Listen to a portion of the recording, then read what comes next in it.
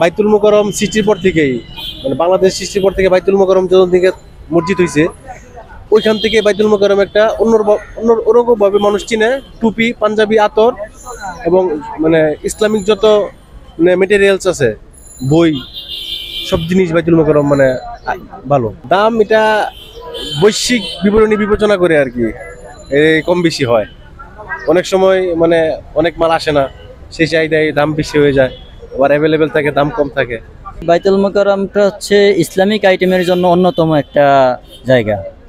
এখানে সারা বাংলাদেশের ভিতরে সবচেয়ে পপুলার এবং কোয়ালিটি সম্পন্ন সব আইটেম, টুপি, আতর, তসবি, জায়নামাজ, হিজাব, রুমাল, পাগড়ি সহ ইসলামিক যত আইটেম আছে সব কিছু এখানে অ্যাভেলেবল।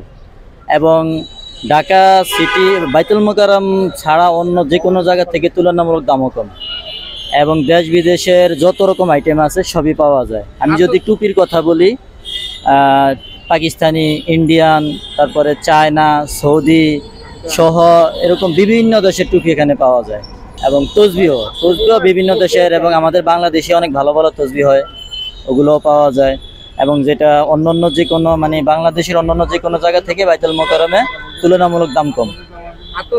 হ্যাঁ, আতরের বিষয়টাও একই। আতরও দেশ বিদেশের, সৌদি, দুবাই, ফ্রান্সের আতরও আসে। এবং আতরও তো বাংলাদেশের একটা আতর আছে আগরকাঠ থেকে, যেটা হয় সবচেয়ে দামি আতর।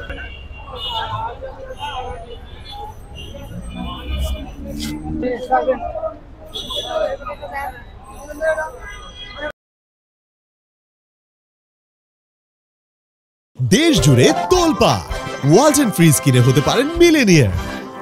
এছাড়াও রয়েছে লক্ষ লক্ষ টাকার ক্যাশ ভাউচার সহ কোটি টাকার নিশ্চিত উপহার।